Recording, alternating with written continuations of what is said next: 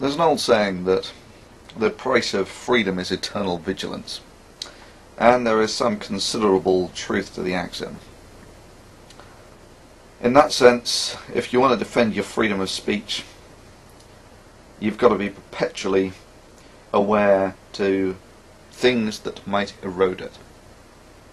Second thing that you need to be aware of is asymmetric strategies when individuals have to deal with large corporations, governments, monopolies, this sort of thing. And that can be eloquently summarized as, if you don't stand together, you'll get hung separately. In this fashion, I want to bring your attention to some of YouTube's recent actions.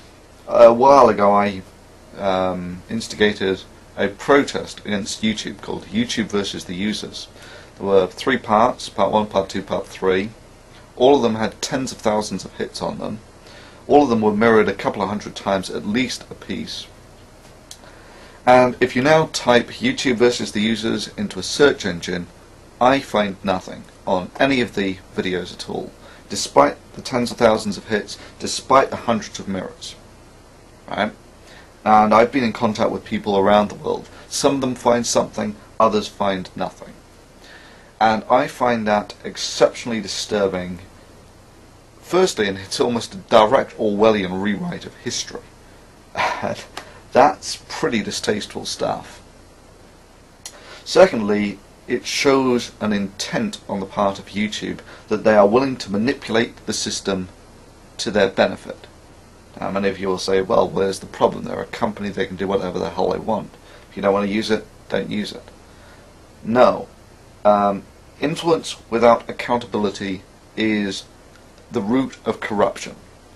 And you don't have to think long or hard to realize that YouTube essentially has a monopoly on the viral video market, to the point where it would almost be unthinkable that a presidential candidate or a president would start up a video account anywhere else. And let me paint this scenario that whichever presidential candidate says that will give YouTube the most latitude for freedom is the one that YouTube algorithmically promotes or demotes the other guy.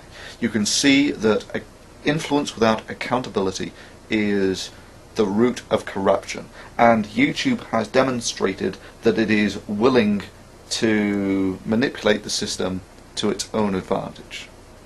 So that's, I see, as a fairly disturbing development. The second is the beta channels. If you get to your beta channel, you'll probably have got this message saying that YouTube has done this to make it more interesting to watch and fun to customize. And doesn't that sound great? Well, that's obviously bullshit.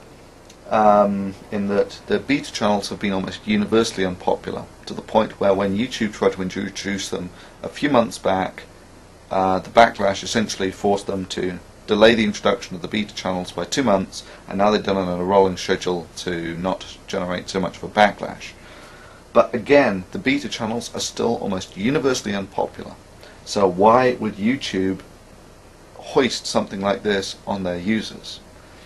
And in interpreting YouTube's actions, I make the assumptions that they've got a lot of smart people working for them.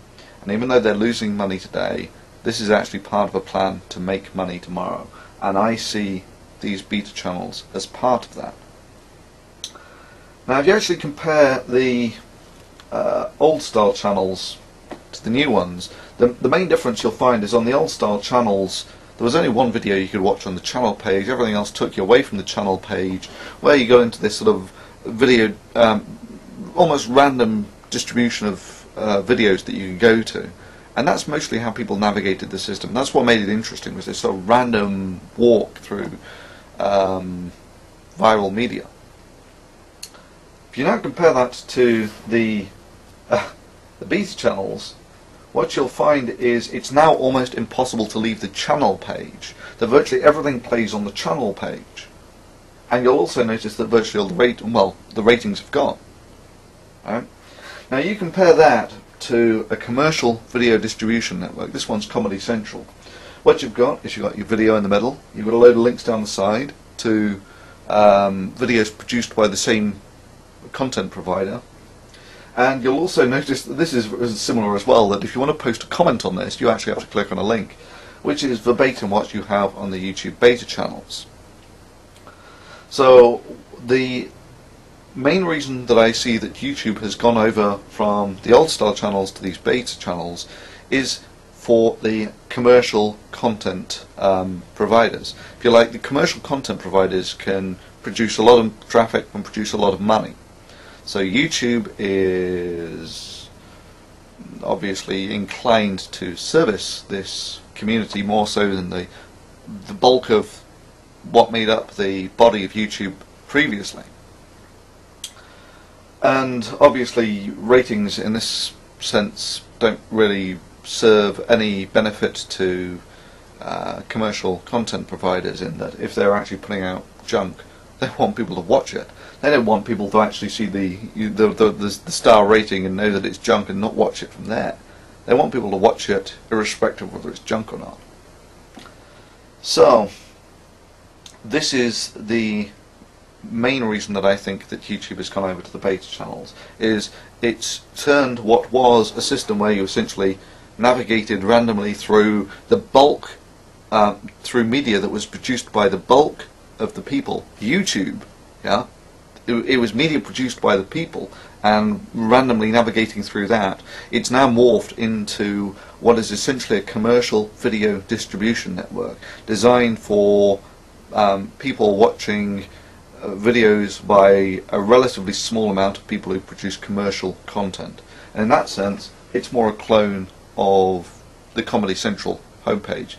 And in this sense, a great irony is fulfilled in that initially it was seen that YouTube was the good guys fighting off Viacom, and now YouTube has essentially turned their system into what Comedy Central is. So now, is any of that really a problem? YouTube's a corporation, it can do whatever it wants, right? Well, yes, it can. However, it does so at the cost of its corporate image, and they put a lot of money into things like corporate image. People like Google, you know, with their motto, "Don't be evil." You know, just like Fox News is fair and balanced. Slogan doesn't mean everything, but it's very difficult to reconcile a motto like "Don't be evil" and this sort of action. This is, I would see this as almost an abuse of monopoly, in that, you know, people say YouTube's losing lots of money at the moment. You know, they're losing money hand over fist. No, not really. This is part of a plan to make money tomorrow, in that YouTube can take the loss from Google's funds to improve the system, maintain the servers, etc. Meanwhile, if someone is actually starting up a corporation that is going to compete with YouTube, and they want to produce the same service but make a profit today, they can't really effectively compete with someone like YouTube, who is doing the same thing but taking a loss. And what YouTube has essentially now done is built up a monopoly on the viral market. So it's now almost unthinkable that if a presidential candidate was going to start up a video channel, they would do it anywhere else other than YouTube. And this brings us all back to influence without accountability. So, you know, the main reason I'm doing this is to let people like Google and YouTube know that there are vigilant eyes watching them who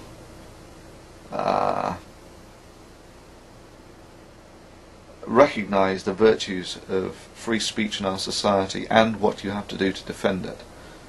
And in this sense, I hope this video rapidly propagates beyond the control of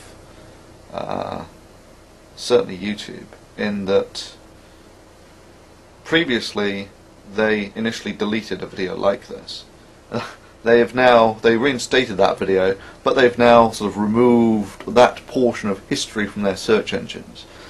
So in many senses, having this propagate beyond YouTube's control is important.